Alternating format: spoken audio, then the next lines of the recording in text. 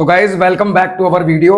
हम लोग अब स्टार्ट करने वाले हैं भाई नेशनल इनकम का अपना सेकंड मेथड। ठीक है, तुम लोगों को वैल्यू एडिड मेथड अच्छे से समझ में आ गया होगा क्योंकि मैंने वो बहुत अच्छे से तुम्हें बताया था और स्टार्टिंग से थोड़ा कवर करा था। ठीक है, उसमें मैंने तुम्हें स्टेप्स बता दिए, प्रोसेस बता दिए, फॉर्मूले बता दिए। न्यूमेरिकल रह गया है क्योंकि मैंने उसमें मेंशन किया था कि वो मैं तुमको एक साथ तीनों मेथड के और साथ में कुछ एग्रीगेट्स को चेंज करने के एक साथ दूंगा एक वीडियो में। क्लियर? तो अभी हम सिर्फ क्या कर रहे हैं, नोट्स बना रहे हैं फॉर्मुलेस के और थोड़ा थोड़ा ऊपर ऊपर से उनको समझ रहे हैं। अब चलते हैं भाई इनकम मेथड की तरफ। सबसे इजी मेथड यही लगता है बच्चों को, और अगर पेपर में ओपन करने के बाद अगर आपको ये मेथड दिख गया, समझ जाना भाई आज का पेपर बहुत इजी होने वाला है। और भगवान से दुआ करता हूं भाई जरूर जरूर तुम्हें मिले ये मेथड वहां पे। तो भाई हम चलते हैं इनकम मेथड की तरफ। ये हमें नेशनल इनकम को मेजर करने का क्या है, दूसरा मेथड है। अब ये इनकम मेथड है क्या, इसमें वर्ड क्या है, इनकम। अब देखा जाए यहां पर क्या होता है, ये एक ऐसा मेथड है जो कि फैक्टर ऑफ प्रोडक्शन की जो पेमेंट होती है, ठीक है, जो उन्हें किस वजह से मिलती है, उनकी जो सर्विसेज होती है उसको देने के बदले जो भी उन्हें उनके पर्सपेक्टिव में इनकम मिल रही होती है in the form of wages, interest, rent and profit. ठीक है, इन सब का जो सम अप होता है वो क्या कहलाता है भाई, ये इनकम कहलाता है इनकी। ठीक है, और इसी को सम अप करने के बाद चाहे वो इन्होंने विद इन टेरिटरी कमाई है और रेस्ट ऑफ द वर्ल्ड से कमाई है अपनी सर्विसेज देते हुए, तो इनको जो भी इस फॉर्म में मिलता है अगर मैं इनका सम कर दूं इनकी पूरी इनकम का, तो वो मुझे क्या मिल जाती है, नेशनल इनकम। क्या मिल जाती है, नेशनल इनकम। तो दोबारा से सुनो, जितने भी फैक्टर ऑफ प्रोडक्शन है जब वो अपनी productive services with in domestic territory और आउट ऑफ द टेरिटरी मतलब रेस्ट ऑफ द वर्ल्ड को देते हैं, और उसके बदले जो भी उन्हें क्या मिलती है, उनकी इनकम मिलती है in the form of wages, rent, interest and profit में, इन चारों का सम अप करने पे मुझे क्या मिल जाती है, नेशनल इनकम मिल जाती है। क्लियर है? अब चलते हैं भाई आगे। पहली चीज कि हमें इनकम मेथड क्या देता है, एनडीपी एट एफसी देता है। क्या देता है, एनडीपी एट एफसी देता है। और ये मैंने तुम्हें बता दिया था, ये क्या है, ये है डोमेस्टिक इनकम। क्या है, डोमेस्टिक इनकम। डोमेस्टिक इनकम को एनडीपी एट एफसी भी बोला जाता है। क्लियर? अब देखेंगे भाई इसके कंपोनेंट। इनकम मेथड में आपके पास कुछ कंपोनेंट्स हैं, ठीक है, जो हमें हेल्प करते हैं क्या निकालने में, नेशनल इनकम निकालने में। इनकम मेथड सबसे पहला कंपोनेंट क्या आएगा भाई, ये आता है हमारे पास सीओई। सीओई क्या होता है, compensation of employ, compensation to employees. ठीक है, अब ये एम्प्लॉयज को जो हम चीजें प्रोवाइड करते हैं वो किस किस फॉर्म में देते हैं। पहली चीज हम उन्हें दे देते हैं ये किस फॉर्म में, वेजेस इन कैश की फॉर्म में, वेजेस इन कैश की फॉर्म में। उसके बाद हम उनको ये देते हैं वेजेस इन काइंड की फॉर्म में, वेजेस इन काइंड की फॉर्म में। उसके बाद हम उनको यही चीज देते हैं किसमें, employer contribution, contribution to social security scheme, to social security schemes. Clear? तो ये तीन तरीके होते हैं कंपनसेशन ऑफ एम्प्लॉय के, मतलब ये पहला कंपोनेंट है और इस कंपोनेंट के अंदर इसके तीन पार्ट आते हैं। तो आपको अगर सीओई की जरूरत है तो आपको इनमें से भी कोई ना कोई चीज को ऐड करना पड़ेगा, या तो ये अकेले आपको दिया जाएगा। क्लियर है? तो देखा जाए वेजेस इन कैश, आप काम करने जा रहे हो, आपको डायरेक्टली उन्होंने पैसा दे दिया, वेजेस इन कैश हो गया आपका। वेजेस इन काइंड, आप काम कर रहे हो, काम के बदले पैसा ना देके कुछ भी ऐसी चीज प्रोवाइड कर दी जो आपके लिए बेनिफिशियल है और उससे आपका काम भी चल रहा है। Employer contribution to social security scheme, अब सोशल सिक्योरिटी स्कीम कौन सी है, ग्रेचुटी, पेंशन। ठीक है, तो ये सारी चीजें या हेल्थ केयर फैसिलिटीज हो गई। तो ये सारी चीजें जब एम्प्लॉयर कंट्रीब्यूट करता है, ठीक है, उसे एम्प्लॉयर कंट्रीब्यूशन बोला जाता है। इन तीनों चीजों को ऐड करने के बाद पहला कंपोनेंट क्या मिल जाता है, सीओई मिल जाता है। नेक्स्ट क्या आता है भाई, rent and royalty, rent and royalty. अब ये रेंट एंड रॉयल्टी क्या होता है, रेंट क्या होता है, अगर आपका खुद का घर है, ठीक है, तो उसका भी रेंट होगा, उसकी एक मार्केट वैल्यू होगी, ठीक है, उसे आप ऐड कर लोगे।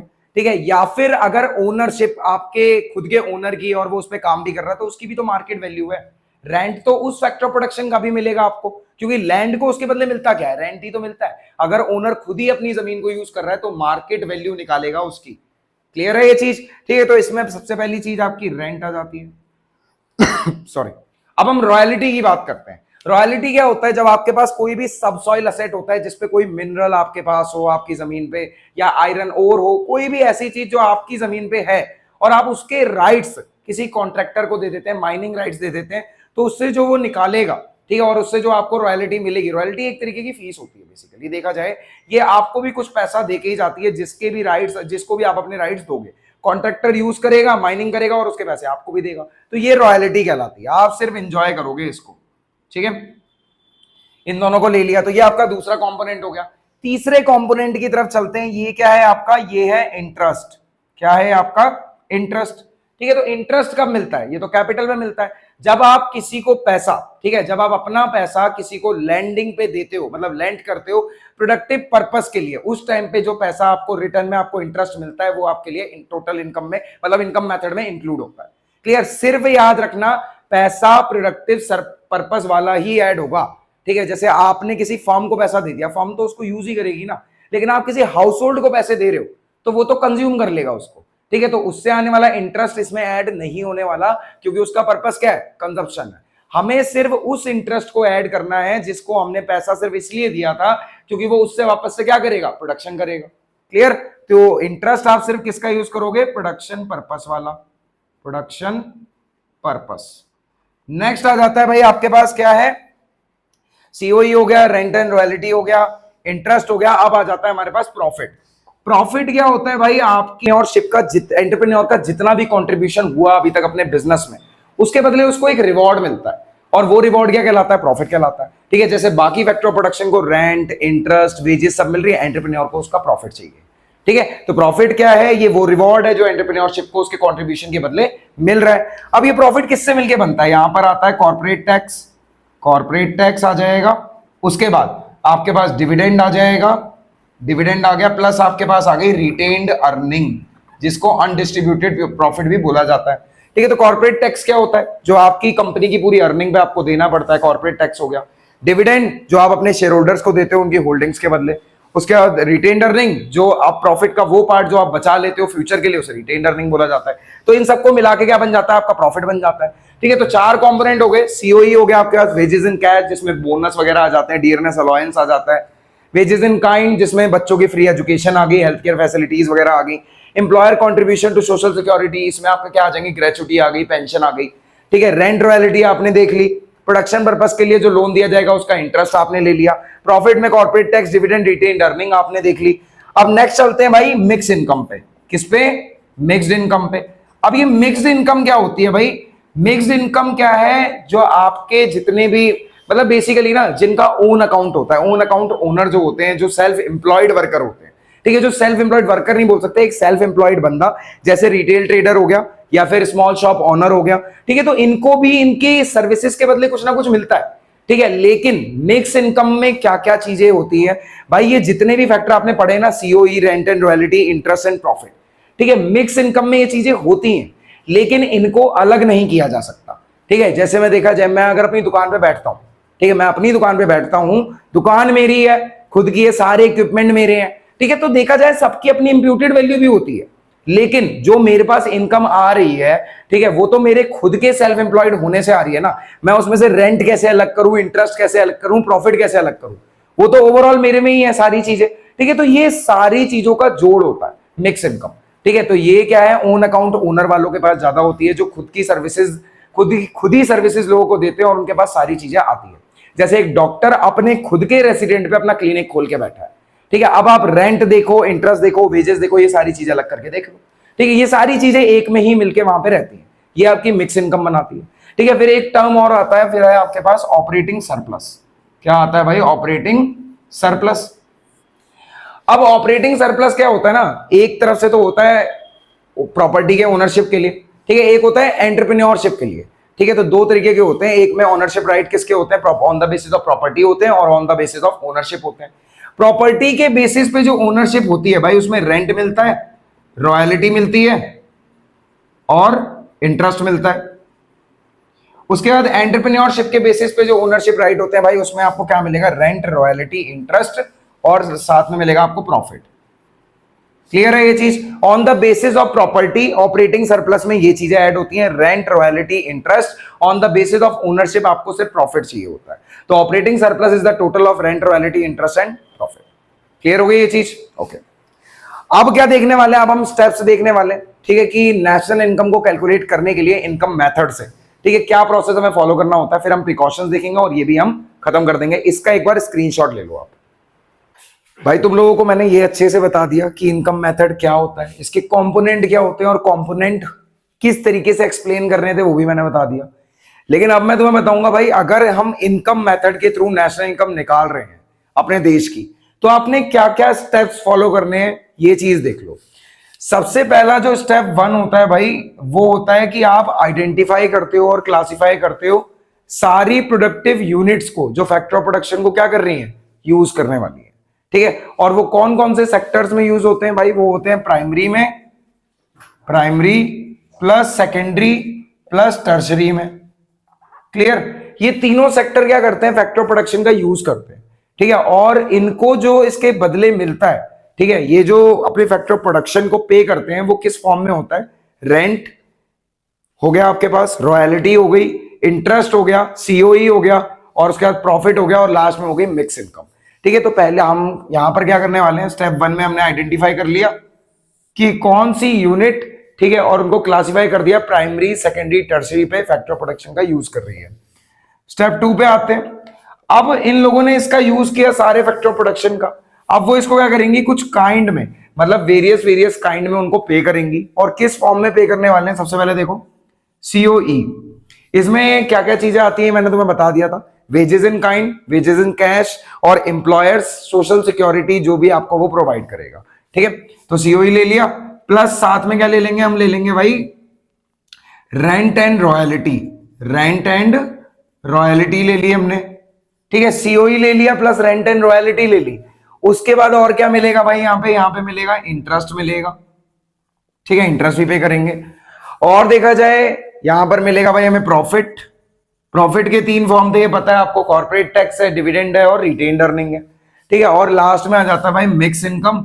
मिक्स इनकम कौन करता है, ये भी मैंने आपको बताया था कि जो ऐसे वर्कर होते हैं जो सेल्फ एम्प्लॉयड होते हैं, ठीक है, और जिनकी जो फैक्टर पेमेंट है या जिनकी फैक्टर सर्विसेज के बदले जो पैसा उन्हें मिलता है ना, उसमें से इनके टुकड़े नहीं किए जा सकते।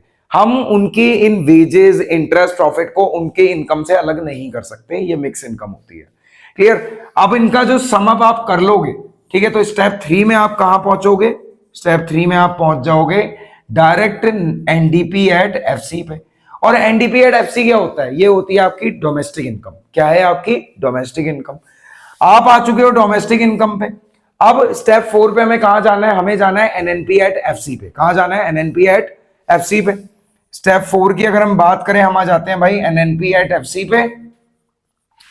अब ये एनएनपी एट एफसी आता कैसे है, ठीक है, एनएनपी एट एफसी पे यहां पे एन और यहां पे एन सेम है, एफसी एफसी सेम है, पी और पी सेम है, डी और एन सेम नहीं है।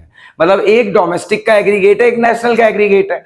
डोमेस्टिक से नेशनल पे जाने के लिए किसकी जरूरत, एनएफआईए की जरूरत। किसकी जरूरत, एनएफआईए की जरूरत, net factor income from abroad. ठीक है, तो फीफा में से फीटा को हटा देना, आपको आपका एनएफआईए मिल जाएगा, यहां ऐड कर देना, आप आ जाओगे एनएनपी एट एफसी, मतलब नेशनल इनकम पे। ठीक है, तो यहां पर इसकी एक्सप्लेनेशन, इसके स्टेप्स पूरे होते हैं। अब हम चलते हैं इनके प्रिकॉशंस की तरफ। इंपॉर्टेंट चीज, एक बार स्क्रीनशॉट लोगे इसका और साथ में आगे बढ़ोगे। अब मैं तुम्हें बताने वाला हूं इनकम मेथड को यूज करते टाइम कौन कौन सी सावधानियां तुम्हें बरतनी है, मतलब प्रिकॉशंस जो इनकम मेथड के लिए दिए गए हैं तुम्हारी बुक में। ध्यान से देखो कौन कौन से। पहला है ट्रांसफर इनकम, कोई भी ओल्ड एज पेंशन, कोई भी स्कॉलरशिप, कुछ भी चैरिटी डोनेशन इंक्लूड नहीं होगा, not to be included.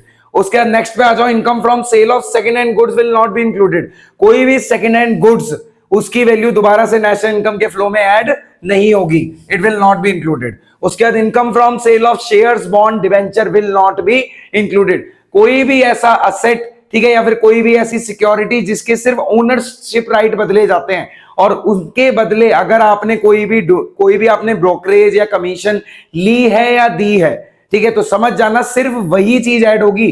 Commission add होगा, ब्रोकरेज ऐड होगा, ओनरशिप तो बार बार बदल रही है, बस एक ओनर से दूसरे ओनर की तरफ। ठीक है, तो ये चीज ऐड नहीं होगी, सिर्फ ब्रोकरेज कमीशन इसकी ऐड करी जाएगी। नेक्स्ट है विंडफॉल गेन, कोई भी घोड़े की रेस आपने जीत ली, लॉटरी आपने जीत ली, तो इनको भी इंक्लूड नहीं किया जाएगा। उसके बाद imputed value of services provided by owner of production unit will be included. अब ओनर ऑफ प्रोडक्शन खुद ही अपनी सर्विसेज अपने बिजनेस में प्रोवाइड करवा रहा है, कैपिटल लगाई थी, इंटरेस्ट की बात, इंटरेस्ट भी उसी को मिलेगा, तो उसकी इंप्यूटेड वैल्यू वो निकाल लेगा। खुद के घर में प्रोडक्शन हो रहा है, ठीक है, तो उसके रेंट की बात आ जाएगी, तो ये सारी चीजें भी इंक्लूडेड होंगी।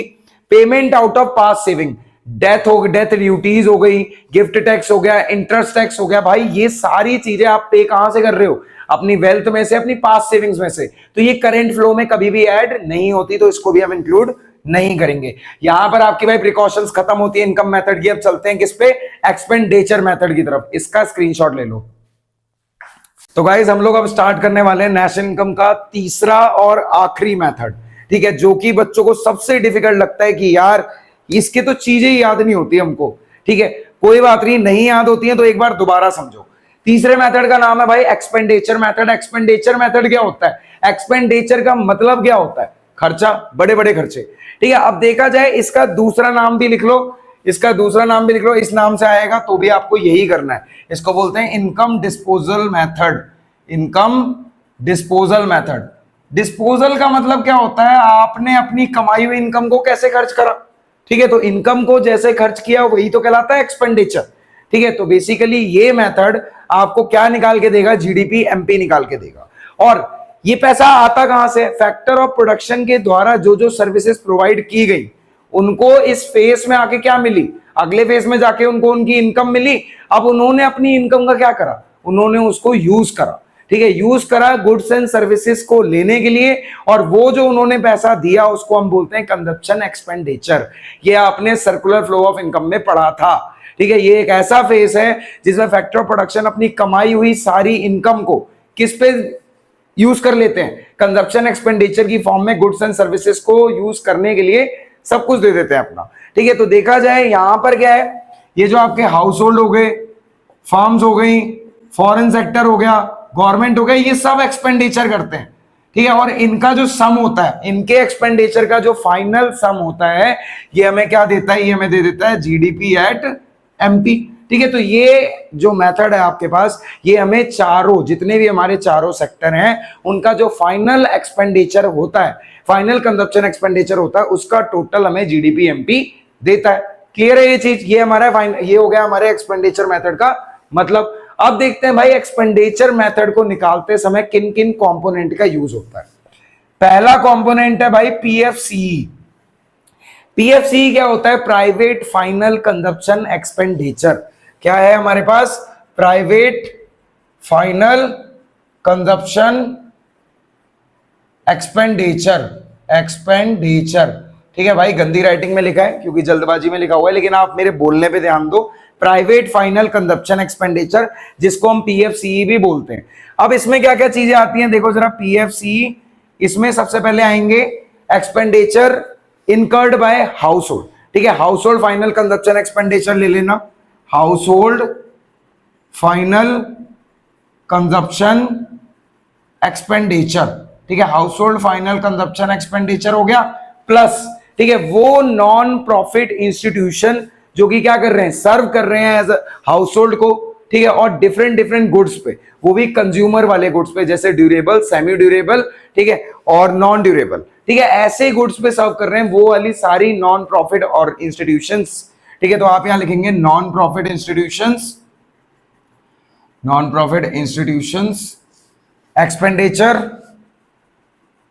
Expenditure serving house holds.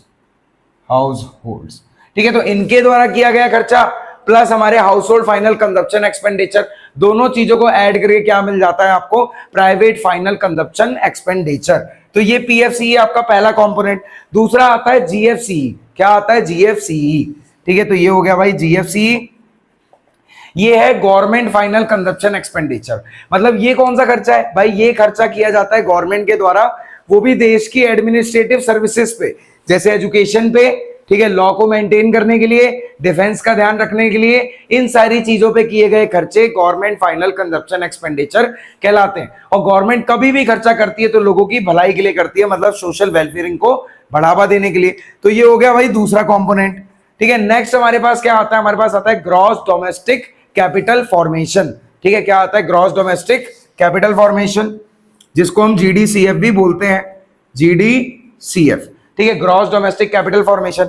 अब ये क्या है भाई? ये एक ऐसा खर्चा है जो कि हम करते हैं ठीक है। असेट कैपिटल फॉर्मेशन मतलब बेसिकली एक इकोनॉमी में कैपिटल स्टॉक में एडिशन करने के लिए जो खर्चा किया जाता है उसे हम ग्रॉस डोमेस्टिक कैपिटल फॉर्मेशन कहते हैं। ठीक है। और ये खर्चा किसके द्वारा किया जाएगा? अब देखो इसमें कौन सा वर्ड ऐड है? डोमेस्टिक वर्ड ऐड है। मतलब इसमें जो भी खर्चा किया गया है, ठीक है, जो भी खर्चा किया गया है, जो भी असेट आपने खरीदा है फॉर प्रोडक्शन पर्पसेस के लिए, ये किसके द्वारा खरीदा जाएगा? उन यूनिट्स के द्वारा खरीदा जाएगा जो हमारी डोमेस्टिक टेरिटरी में क्या है? लोकेटेड है। ठीक है। तो वो खर्चा जो कि हमारे ही देश की कंपनीज या प्रोडक्शन यूनिट के द्वारा किया जाता है किसी एसेट को खरीदने के लिए for the purpose of investment और production are known as gross domestic capital formation. अब इसके दो कंपोनेंट है। ठीक है। पहला कंपोनेंट है ग्रॉस फिक्स कैपिटल। ठीक है। Gross fix capital formation, gross fix capital formation मतलब GFCF। ठीक है। GFCF बोल सकते हैं, ग्रॉस फिक्स कैपिटल फॉर्मेशन हो गया आपका। उसके बाद आपके पास क्या आ जाता है? एक आ जाता है आपके पास इन्वेंट्री इन्वेस्टमेंट। ठीक है। इन्वेंट्री इन्वेस्टमेंट, ठीक है, जिसे हम चेंज इन स्टॉक भी बोलते हैं, चेंज इन स्टॉक भी बोलते हैं। तो ये GDCF के दो कंपोनेंट है, एक हो गया ग्रॉस फिक्स कैपिटल फॉर्मेशन आपका, और फिर साथ में होता है इन्वेंट्री इन्वेस्टमेंट आपका। अब देखा जाए इसके भी तीन पार्ट्स इन्होंने बनाए हुए हैं। ठीक है। सबसे पहले आपके पास आता है ग्रॉस बिजनेस फिक्स इन्वेस्टमेंट आ गया। ठीक है। ग्रॉस बिजनेस फिक्स्ड इन्वेस्टमेंट आ जाता है सबसे पहले। उसके बाद आ जाता है भाई ग्रॉस रेसिडेंशियल कंस्ट्रक्शन इन्वेस्टमेंट। उसके बाद नेक्स्ट ग्रॉस पब्लिक इन्वेस्टमेंट। ठीक है। तो इन सब चीजों से मिलके बनता है आपका gross fix capital formation. Clear? अब ये इन्वेंट्री इन्वेस्टमेंट क्या होता है भाई? देखा जाए हमारे देश में कुछ खर्चा किस पे किया जाता है? इन्वेंट्रीज पे किया जाता है। इन्वेंट्री तीन तरीके की होती है, रॉ मटेरियल, सेमी फिनिश और फिनिश गुड्स। ठीक है। तो देखा जाए इसको एक्सपेंडिचर क्यों माना गया? इसको एक्सपेंडिचर में क्यों लिया गया भाई? देखा जाए ना, तब तक वो चीज हमारे लिए खर्चा है जब तक वो बन के, ठीक है, फाइनल गुड्स की फॉर्म में बन के हमारे ही गोडाउन में रखी हुई है। ठीक है। और अभी तक उसे कंज्यूम नहीं किया गया है, तब तक इसको इन्वेंट्री इन्वेस्टमेंट के तौर पे लिया जाता है, जब तक वो हमारे गोडाउन में ही बन के रखी हुई है। तो GDCF निकालने के लिए दो चीजों की जरूरत है, एक ग्रॉस फिक्स कैपिटल फॉर्मेशन की और इन्वेंट्री इन्वेस्टमेंट की। ठीक है। नेक्स्ट जो पॉइंट है वो आपके पास आता है इसका नेट एक्सपोर्ट्स। क्या आता है भाई? Net exports. ठीक है। जो है X माइनस M, X बार माइनस M। अब ये क्या है? ये डिफरेंस है किस चीज का? एक्सपोर्ट माइनस इंपोर्ट का। ठीक है। अब एक्सपोर्ट क्या होता है? एक्सपोर्ट वो खर्चा होता है जो फॉरेनर करते हैं हमारे गुड्स को खरीदने के लिए। इंपोर्ट क्या होता है? इंपोर्ट वो खर्चा होता है जो एक देश का रेसिडेंट करता है दूसरे देश के गुड्स पे। क्लियर हो गया? तो बेसिकली देखा जाए GDP-MP निकालने के लिए हम इसमें क्या करने वाले हैं? ठीक है। इसको मिटा देता हूं। मिटाने से पहले तुम लोग इसका स्क्रीनशॉट ले लो। ठीक है। स्क्रीनशॉट ले लो एक बार। ले लिया?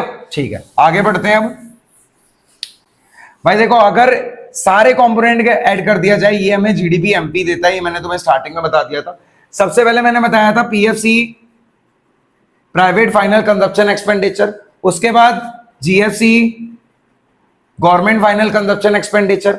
उसके बाद ग्रॉस डोमेस्टिक कैपिटल फॉर्मेशन। ठीक है। इसकी दो चीजें थी, ये आपको पता है। ठीक है। कौन कौन सी थी? एक था ग्रॉस फिक्स कैपिटल फॉर्मेशन, एक इन्वेंट्री इन्वेस्टमेंट। ठीक है। और लास्ट में आपका आ जाता है नेट एक्सपोर्ट्स। क्लियर? ठीक है। तो ये चारों चीजों से मिलके हमारा मतलब, अगर मैं इन चारों चीजों को यूज करूं और GDP-MP पे पहुंच जाऊं, तो यही तरीका होता है एक्सपेंडिचर मेथड से इनकम निकालने का। ठीक है। अब मैं एक एग्रीगेट पे तो पहुंच ही गया हूं, यहां से जाना है डोमेस्टिक पे, डोमेस्टिक से जाना है नेशनल पे, और बस खत्म। यहां से नेशनल इनकम निकल आएगी आपकी। ठीक है। तो एक बार क्या करते, इसको आप नोट कर लो। ठीक है। फिर मैं आपको इसका स्टेप बता देता हूं कि स्टेप वाइज हमें इसे कैलकुलेट कैसे करना है। तो भाई अब मैं तुम्हें बताऊंगा कि एक्सपेंडिचर मेथड से नेशनल इनकम तक पहुंचने के लिए कौन कौन से कदम आपको पहले बढ़ाने हैं। पहले स्टेप 1, जो पहला कदम आपको लेना है वो है जितने भी हमारे सेक्टर्स हैं, ठीक है, जितने भी हमारे सेक्टर्स हैं और जो एक्सपेंडिचर कर भी रहे हैं, पहले ये पता करो किस फॉर्म में एक्सपेंडिचर कर रहे हैं। ठीक है। तो पहले मैं आइडेंटिफाई करूंगा, identifying all the forms of expenditure incurred by all four sectors, all sectors. Clear? अब स्टेप 2 में जब मुझे पता लग जाएगा तो मैं क्या करूंगा, मुझे पता लगा है कि पीएफसीई लिया गया, जीएफसीई लिया गया, साथ में जीडीसीएफ लिया गया, उसके बाद और क्या ऐड किया गया, नेट एक्सपोर्ट्स को ऐड किया गया। ठीक है, तो इन सब का जो टोटल होगा उससे मुझे क्या मिलेगा, उससे मुझे एक एग्रीगेट मिलेगा। ठीक है, क्या मिल जाएगा मुझे, जीडीपी एमपी मिल जाएगा। क्या मिल जाएगा, जीडीपी एमपी मिल जाएगा। ठीक है, अब स्टेप 3 में हमें क्या करना है, स्टेप 3 में हमें जाना है किस पे, डोमेस्टिक इनकम पे। ठीक है, डोमेस्टिक इनकम क्या होती है, एनडीपी एट एफसी। जी से एन पे जाने के लिए क्या करते हैं, माइनस कर देते हैं डेप को, डी तो ऐसी रहेगा, पी भी ऐसी रहेगा, एमपी से एफसी पे जाने के लिए एनआईटी क्या कर देते हैं, माइनस कर देते हैं। क्लियर, आप पहुंच गए किस पे, एनडीपी एट एफसी पे, ये आपकी डोमेस्टिक इनकम है। ये हो गया आपका स्टेप 4 यहां से शुरू।